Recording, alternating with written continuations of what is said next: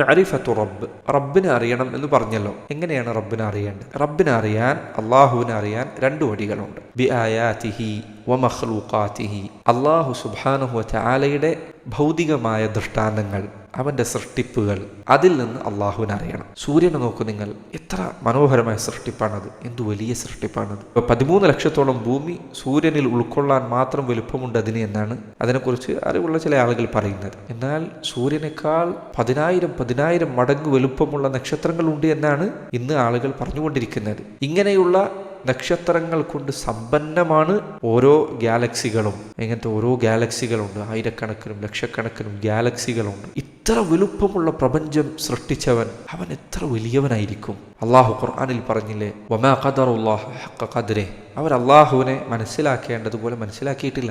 വൽ അർദു ജമീഅൻ ഖബ്ളതുഹു യൗമൽ ഖിയാമഹ, ഭൂമി അള്ളാഹു സുബ്ഹാനഹു തആലയുടെ കൈപ്പിടിയിലായിരിക്കും. വസ്സമാവാതു മത്വിയാതുൻ ബിയമീനിഹി, ആകാശങ്ങൾ അവയെ അള്ളാഹു സുബ്ഹാനഹു തആല ചുരുട്ടിപ്പിടിച്ച നിലയിലായിരിക്കും. ഖുർആനിൽ തന്നെ അള്ളാഹു പറഞ്ഞതുപോലെ യൗമ നത്വി സ്സമാഅ കതയ്യി സിജില്ലി ലിൽ കുതുബ്, ഗ്രന്ഥങ്ങളിലെ ഏടുകൾ ചുരുട്ടിയെടുക്കുന്നത് പോലെ ആകാശത്തെ നാം ചുരുട്ടിയെടുക്കുന്ന ദിവസം. സുബ്ഹാനല്ലാഹ്. അപ്പോൾ അള്ളാഹു സുബ്ഹാനഹു തആലയുടെ വലുപ്പം എന്താണെന്ന് നിങ്ങൾ ആലോചിച്ച് നോക്കൂ. അതുകൊണ്ടല്ലേ വിശുദ്ധ ഖുർആനിലെ മനോഹരമായ ഒരു വചനം, ഇന്ന ഫീ ഖൽഖിസ് സമാവാതി വൽ അർദി വഖ്തിലാഫിൽ ലൈലി വന്നഹാരി ലആയാതിൻ ലിഉലിൽ അൽബാബ്, ആകാശഭൂമികളുടെ സൃഷ്ടിപ്പിലും രാപ്പകലുകൾ മാറി മാറി വരുന്നതിലും ധാരാളക്കണക്കിന് ദൃഷ്ടാന്തങ്ങൾ ബുദ്ധിയുള്ളവർക്കുണ്ട്. സുബ്ഹാനല്ലാഹ്. നിങ്ങൾ ആലോചിച്ച് നോക്കൂ, കണ്ണ് ദൂരേക്ക് അയച്ചാലും ദൃഷ്ടാന്തങ്ങളുണ്ട്, കണ്ണടുത്തേക്ക് കൊണ്ടുവന്ന് മുന്നിലൂടെ നടന്നു പോകുന്ന ഒരു ഉറുമ്പിനെ നോക്കിയാൽ വരെ ദൃഷ്ടാന്തങ്ങളുണ്ട്. അള്ളാഹുവിനെ അറിയാനുള്ള ഒരു വഴി അള്ളാഹുവിൻ്റെ സൃഷ്ടികളെ നോക്കുക എന്നതാണ്. രണ്ടാമത്തെ വഴി അള്ളാഹു സുബ്ഹാനഹു തആല അവതരിപ്പിച്ച അവൻ്റെ ദീൻ,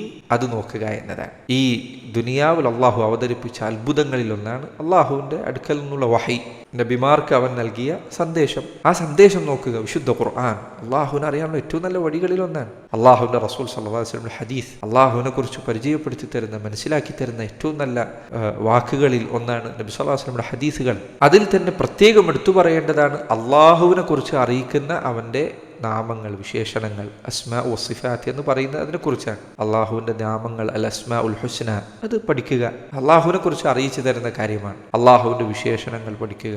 ഇങ്ങനെ അള്ളാഹു സുബ്ഹാനഹു വ തആലയെ അറിയാനുള്ള വഴി രണ്ട് കാര്യങ്ങളാണ്. ഒന്ന് പ്രപഞ്ചത്തിലെ സൃഷ്ടിപ്പുകൾ, രണ്ട് അള്ളാഹു അവതരിപ്പിച്ച സന്ദേശം.